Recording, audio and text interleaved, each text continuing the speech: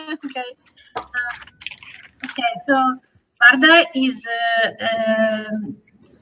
collaborating with NAR Wallet, which is one of the near official wallets, and has started a social token recently.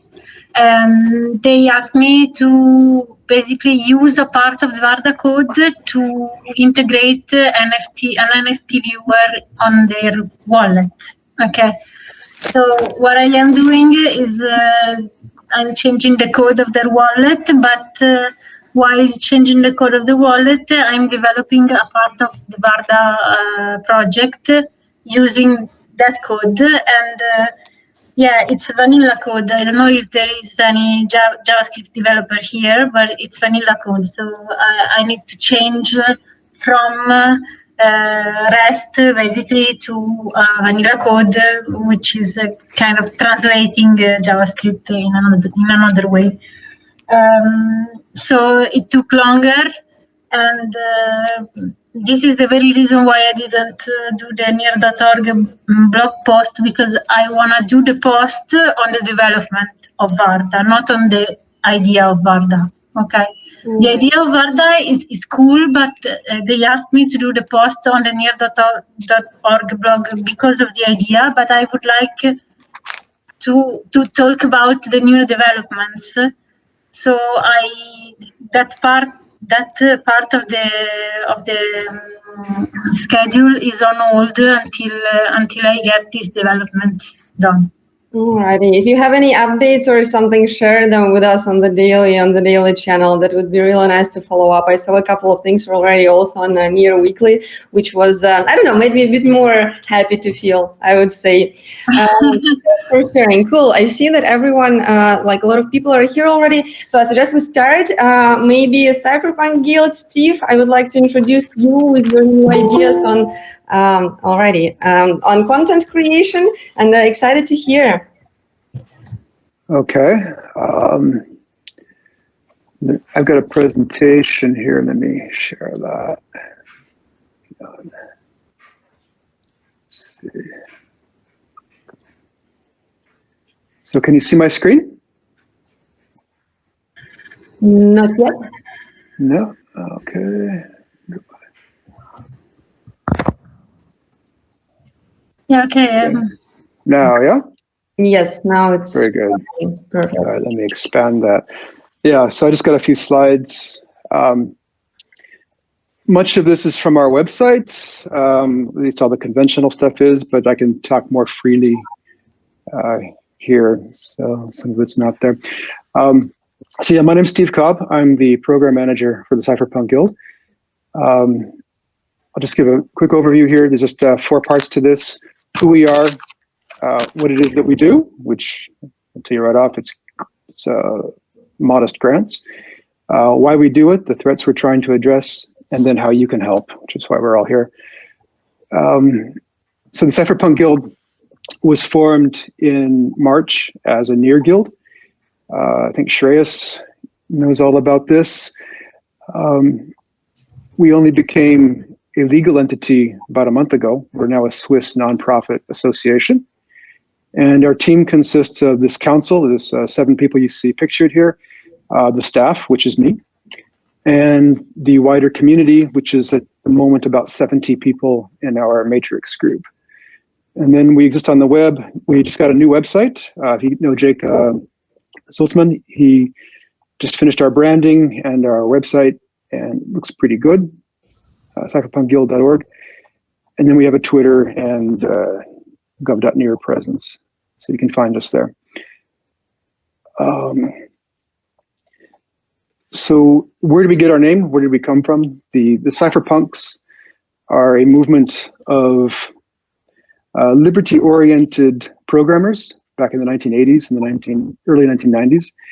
The name is based on a pun, based on cyberpunk, so it's not a coincidence, and it's easy to confuse the two. But cypherpunks are advocates, and not really advocates, they're developers of cryptographic tools for ordinary people, for the public, to defend the public's digital security.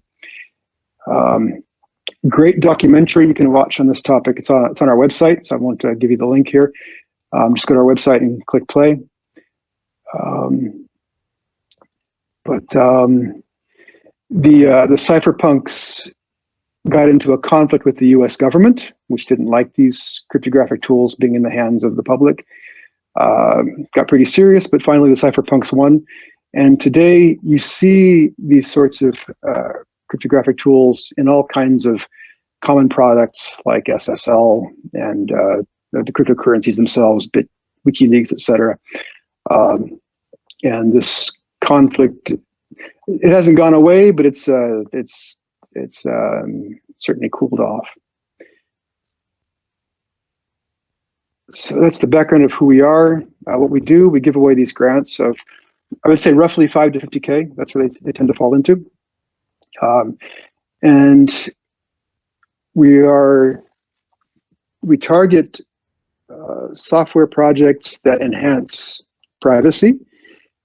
Since all of our initial funding came from NEAR gave us 100,000 NEAR as seed funding.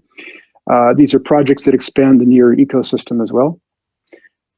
And we, of course, are looking for projects where we can impact the project and the project can impact the world, right? Those kinds of multipliers.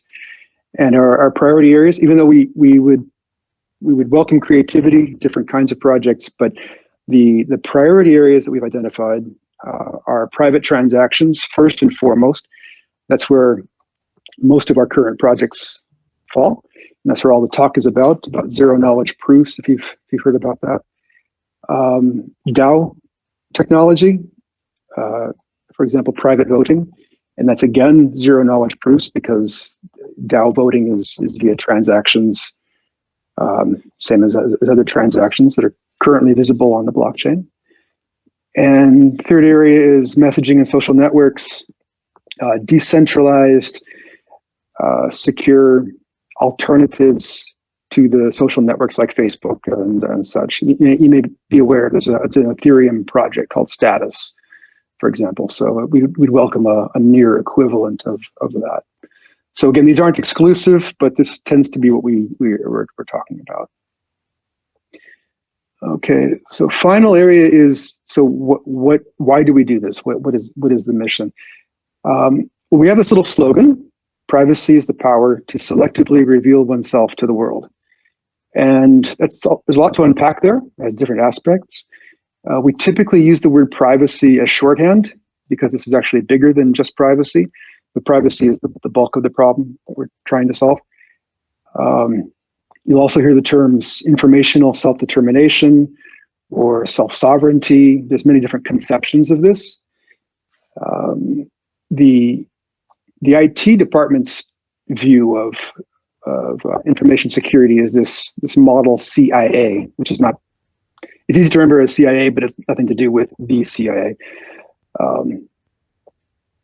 Confidentiality, integrity, and availability.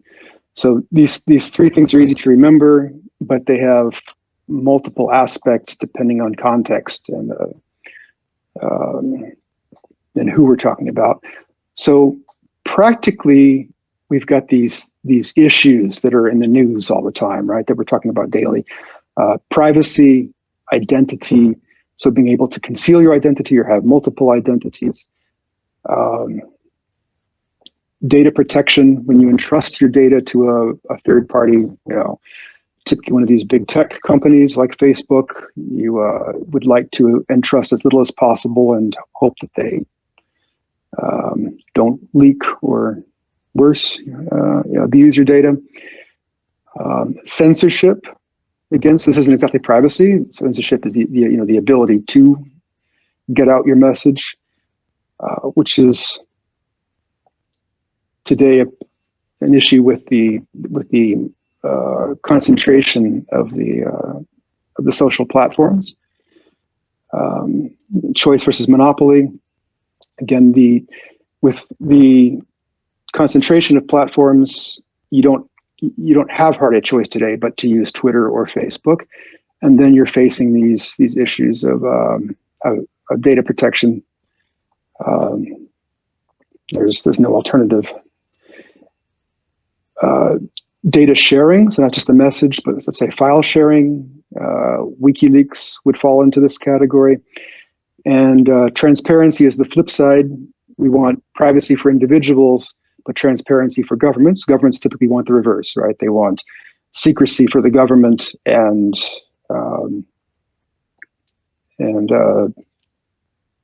total transparency for their surveilled populations. So these 7 issues have lots of stories associated with them, right? There's, and I just came across this news item a couple of days ago. I said news item, but the story a couple of days ago about how these 3 women in Iraq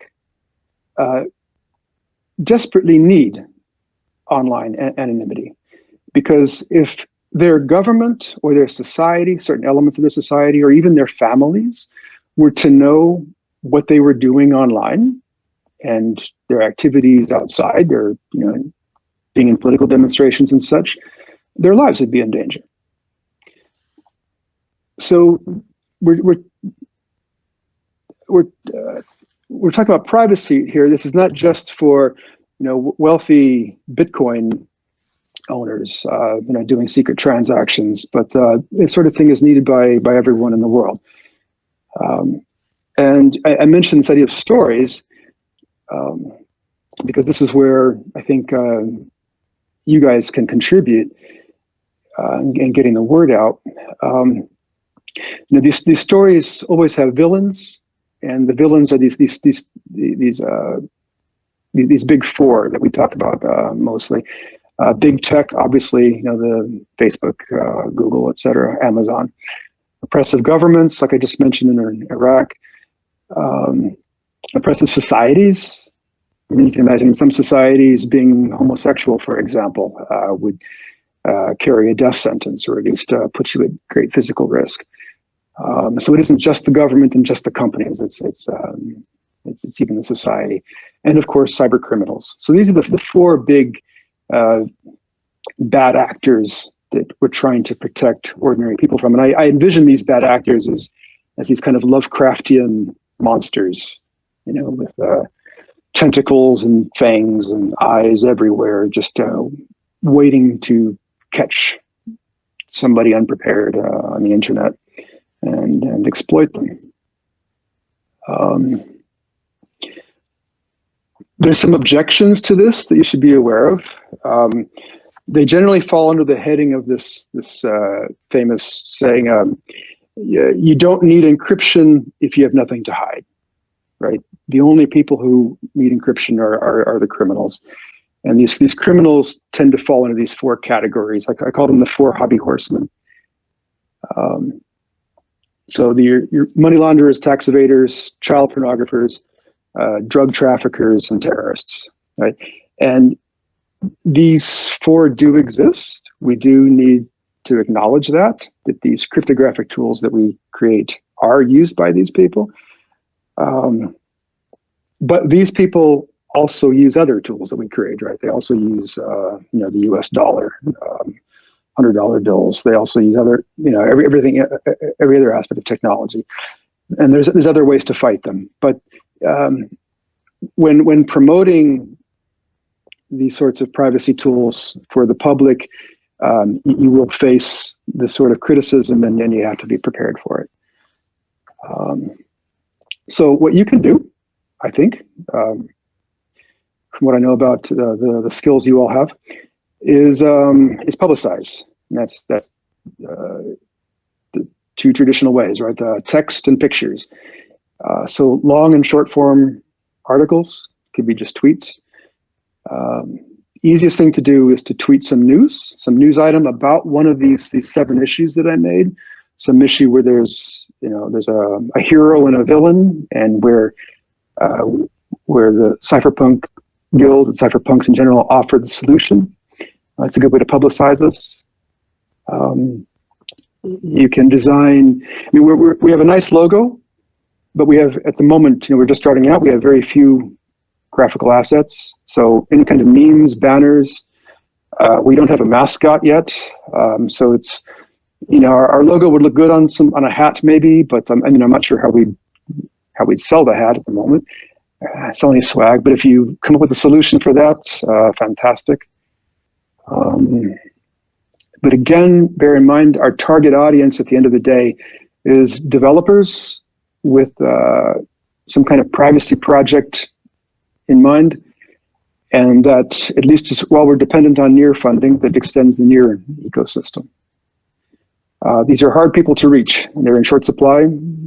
There's no one easy venue to find them, so we have to basically shotgun it, get the message out far and wide, and hope we can attract these people.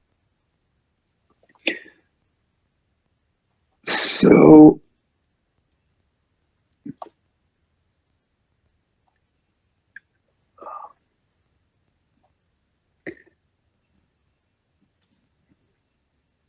hope I didn't talk too long.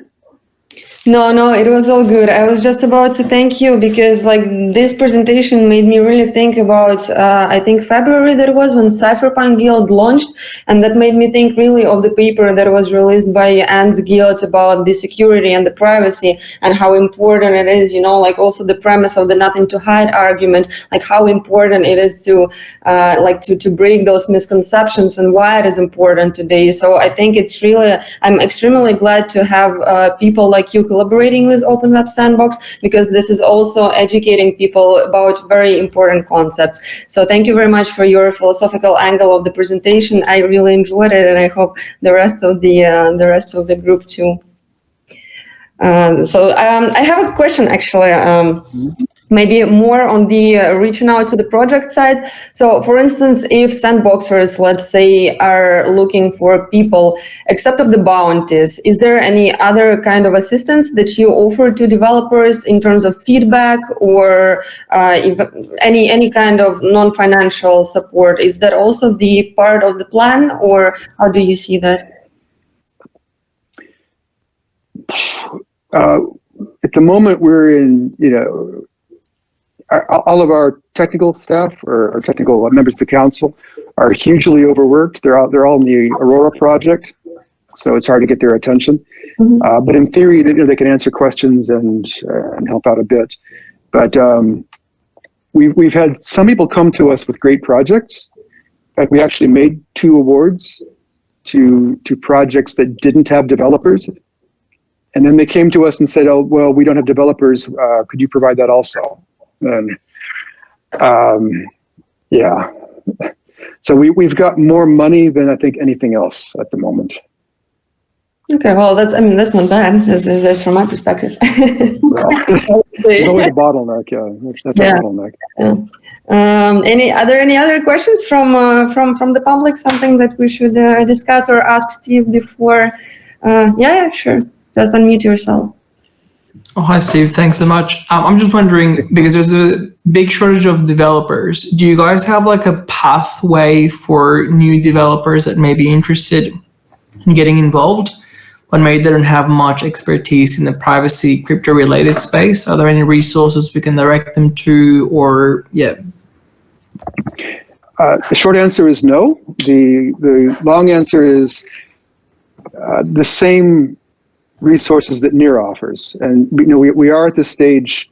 I mean, of our 7 council members, I mean, how many come from NEAR, right? I think 4. So we're hugely NEAR focused right now, right? So we have the same resources that other NEAR projects would have. There's the NEAR developer program. There's a couple new guilds that offer some developer help. I mean, I'm sure they're overwhelmed with demand, but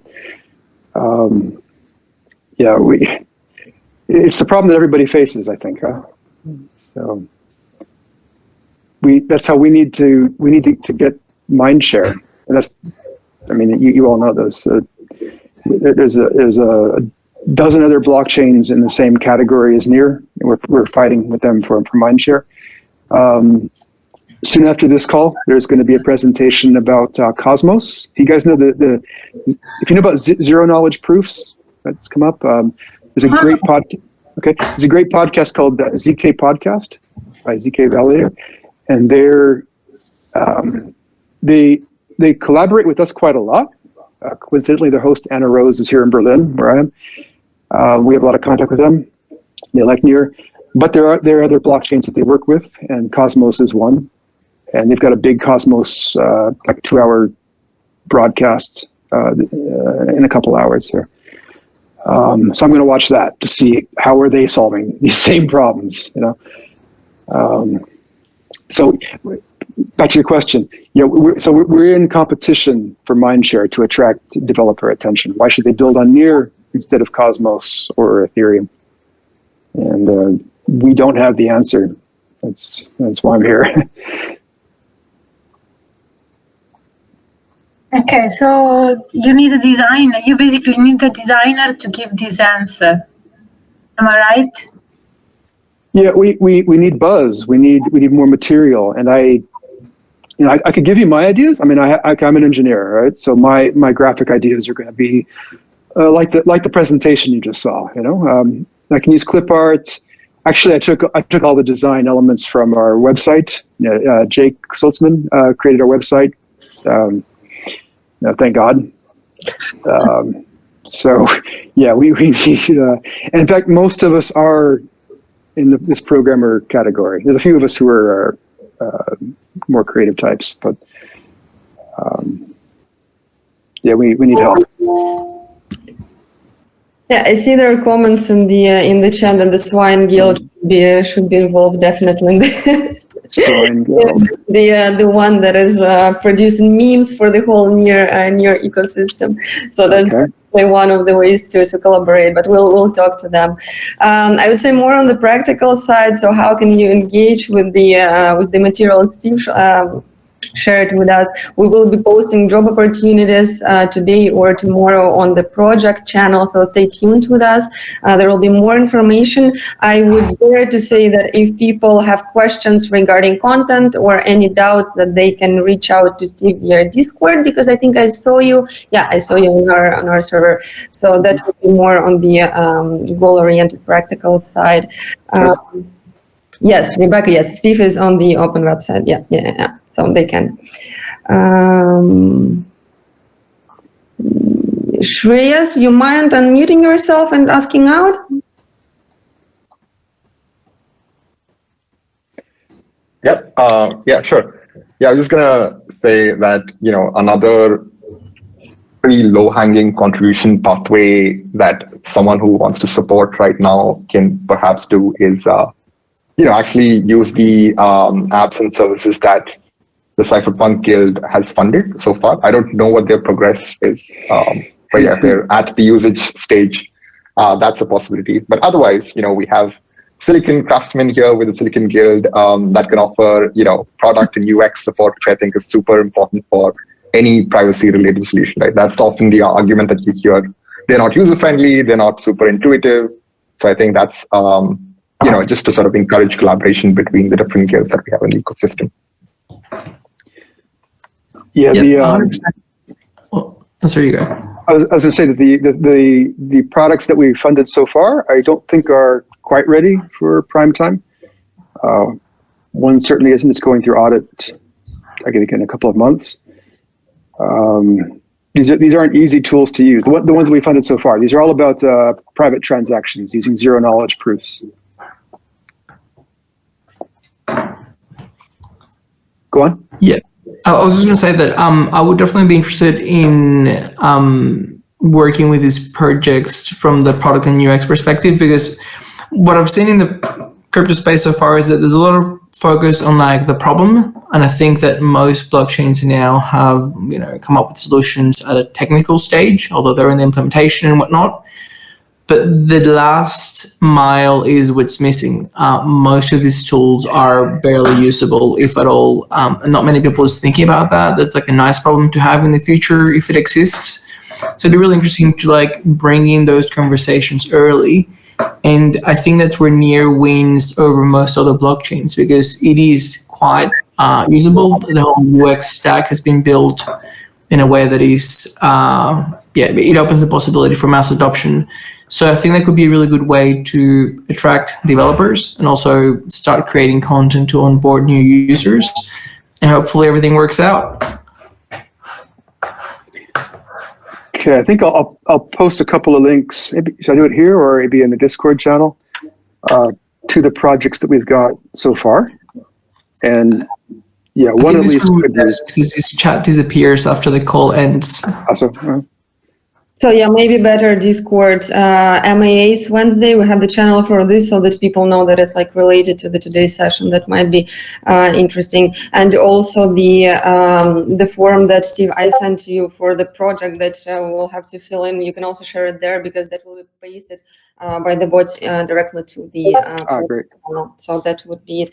But I would say thank you so much. Unless there are more questions regarding this, I would suggest that we move to the second part of our session, and Rhyme from Minting Music is gonna take over from now. So I'm very glad to introduce you. The floor is yours. You are muted.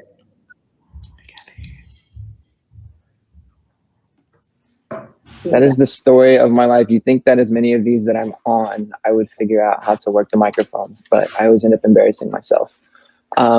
Anyways, my name's Rhyme, here with Minting Music here in Nashville.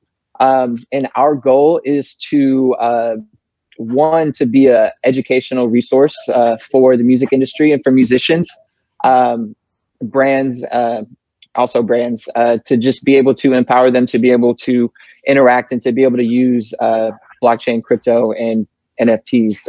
So what we've realized in the space as a whole is there's a real void for content for normal people or people without a background in it. And I mean that, right? Say that with all love and respect, normal people, but people that just don't have a background in this. And for a lot of people, you know, it's just very inherently intimidating to the point where it's dismissed immediately because they just don't feel comfortable. They don't feel like they have the support to be able to just kind of figure it out. And our goal kind of with our network, as our network started to come to us, as NFTs started to really start dominating the entertainment industry, the narratives in the entertainment industry. People were trying to figure out, you know, what the hell they were and what they could do to benefit or position themselves to benefit.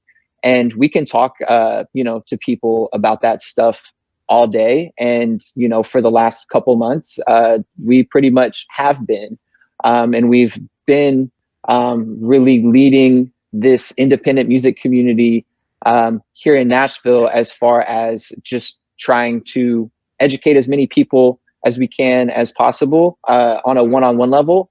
But we're looking to move into kind of one of our first events is going to be an industry influencer and decision maker event where we're looking to really just kind of be able to host a Q&A, to be able to set up wallets and to be able to take people through.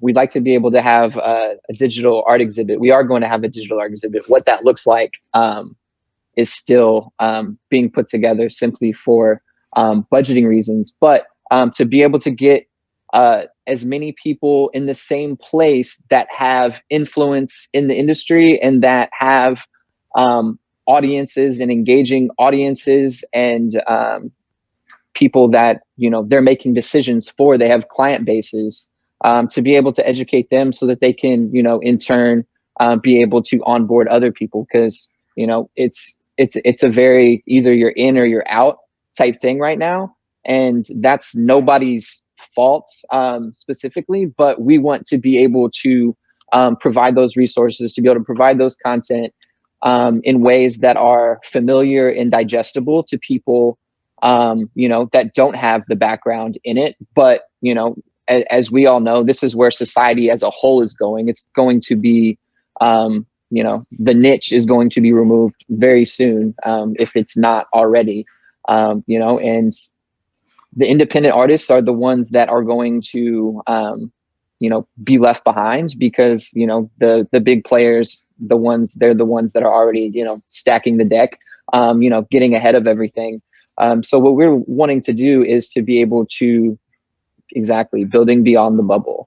And we're I'm actually, speaking of the bubble, I'm actually looking forward to the kind of NFT bubble popping, because I think that narrative has gotten distorted a little bit for what the value of NFTs are, for common people, for the non-users. I need to figure out a better way to describe them, because I feel guilty every time I say it like that.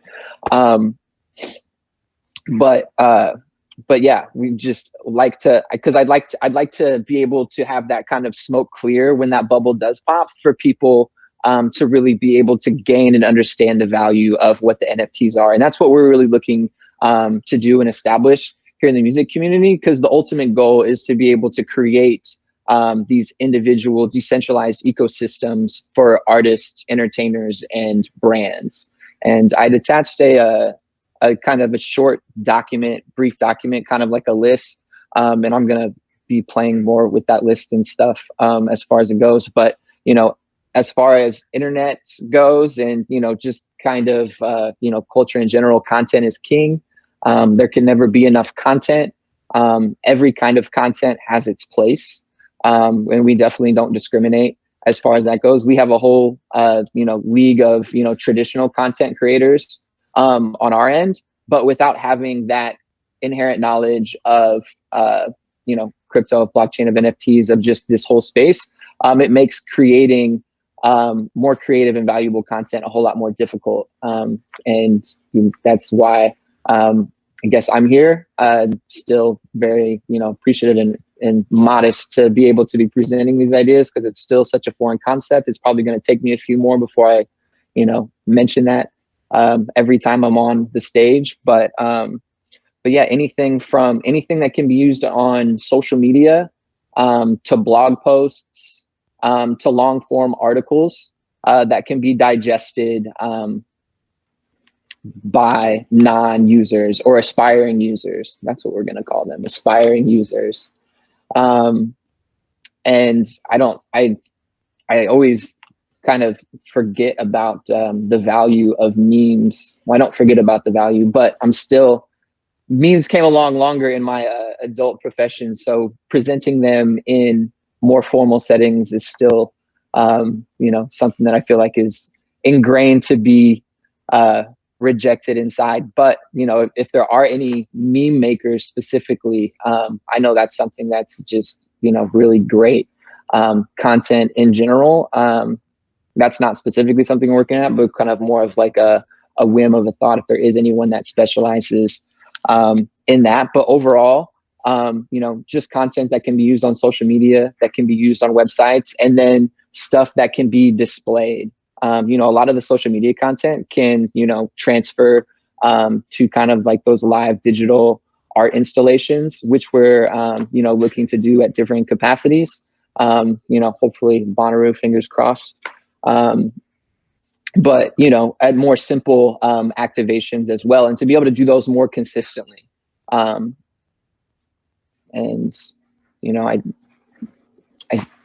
think that's probably, I could probably ramble on about that for days, but, we love ultimately, to be able to aggregate an encyclopedia, a library, of content, and really have like an A to Z tutorial and process, from onboarding the most simple of, creating a wallet and understanding, what the function and value is of using crypto, of using blockchain, and evolving into, NFTs and how to, maneuver in that landscape, and, getting more gradually comprehensive, and, ending with having this, whole decentralized ecosystem for your brand, for your artistry. I don't know if anyone's familiar with, or if I can describe it enough to where you're familiar with that meme, of that consciousness meme, where it's like it gradually gets, more conscious as the block goes on. It's like, this is your brain on X and this Y, Z, and it's like, ooh, this is your, this is your business on, a fully decentralized ecosystem. And yeah, I think that's kind of, I can stop, just kind of step away from the floor and let that marinate. I don't know if anyone else has any comments, but yeah, Silicon Craftsman, great. name. I've got a question. I think it'd be really good, really helpful for everyone wanting to contribute to content if we could get like a customer journey and probably customer segments. So with the customer segments, it'd be really awesome to have like a profile of who would be the artists, like in more detail. And I would assume that the customer segments from Nashville would be interchangeable with other cities as well. It could be like creatives broadly. So we could create content for many cities at the same time. And the customer journey as well. I think if we are able to identify like the different points of contact with people and the assumed knowledge that they have at each contact, we can create shorter pieces of content, but that are more effective for those specific stages. And then they can probably be different campaigns depending where the technology is, what the project is, where the artist is. Because I'm pretty visual, and I think that having that sort of like journey would really help a lot of people, I guess, pick and choose where they feel they can contribute more. Yeah, no, absolutely. And I'm totally with you on like the customer journey. And I believe I used almost those exact words in that document. And as far as like consumer profiles or, just kind of like brand profiles, my main background or academic and professional background is predominantly in marketing and consumer behavior.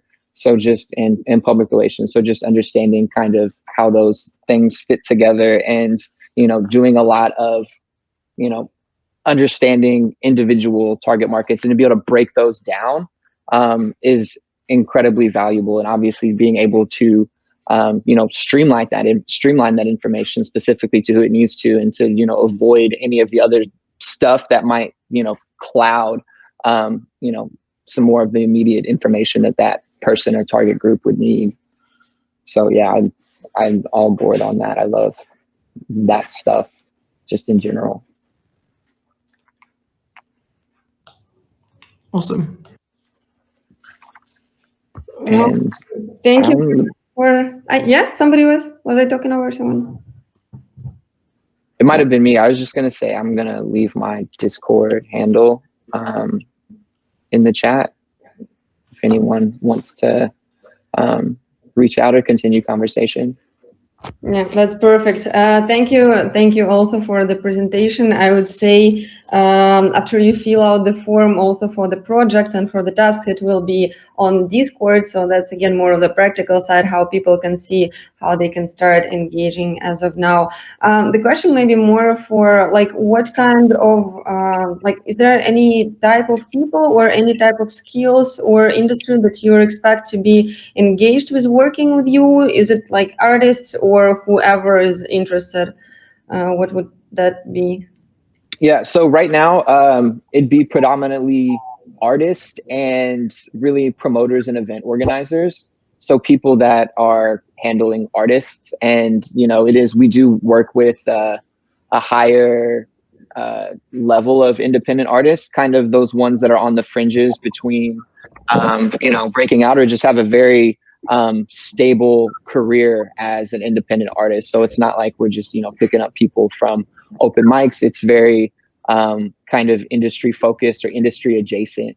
As far as the people, oh my God, Music Beans and Mimosas, that sounds like a hell of a podcast. All right, are there more questions? Music Memes and Mimosas for muggles. And models too. That's cool too. They can come. Yeah.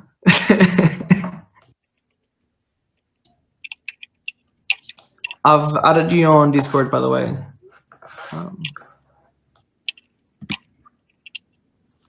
You're what on Discord? I've messaged you on Discord. Sweet. Hashtag AVB. The $sign AVB. Thank you. Alrighty. So no comments on that so far? No one? All good. Okay. Well, then I would say do not forget to submit your proposals to DAO, because it's the end of the month. Actually, you could have done this already as of 2 weeks ago, because we don't have that restriction anymore with the Google Sheet. So after 15th of each month, you can be actually submitting your work, and DAO will be reviewing it. Any other questions non-related to the topics of today? Something that you guys are struggling with? Anything that is unclear? Would be glad to answer.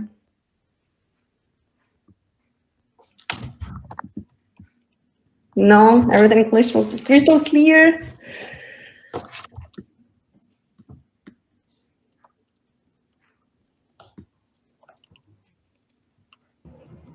Then I guess we. Yeah. Claudio is trying to speak. Didn't hear you. Sorry about that, guys. So just a quick update. So we just started this week a boot camp with Sharif and the education team. 23 developers right now, shorted down to 13, I think. So 10 couldn't take the heat of the boot camp, but that's fine. And so that's going good.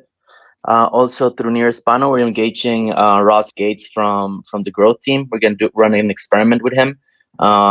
We've already assigned a group of developers to collaborate with Ross.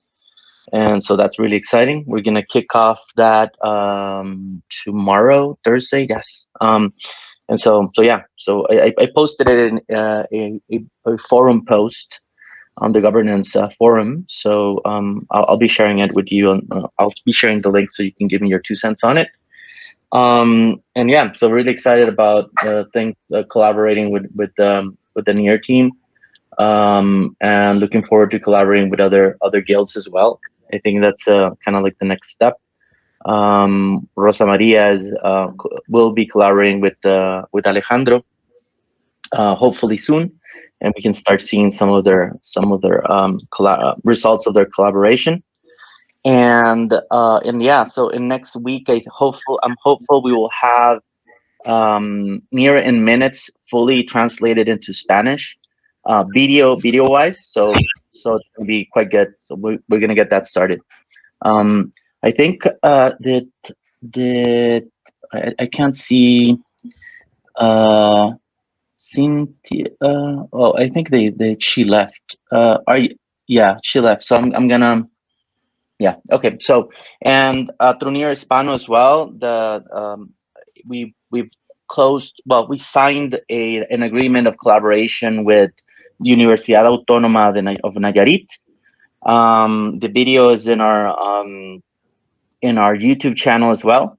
So more than 23 students will be onboarded on Near technology, on Near blockchain technology. So that's really good.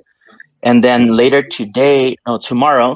Friday, another member, Manuel, is going to be onboarding 5 universities from 5 universities that have an open source laboratory. LabSol, which is Laboratorio de Software Libre, LabSol. So yeah, it's kind of like a rhythm there. And so yeah, so that's going to be really exciting as well. Hopefully we'll get some researchers later on and start publishing a little bit of some research papers, but that's hopefully down the line. But we're slowly but surely working on those things. Other than that, yeah, we have a meetup today.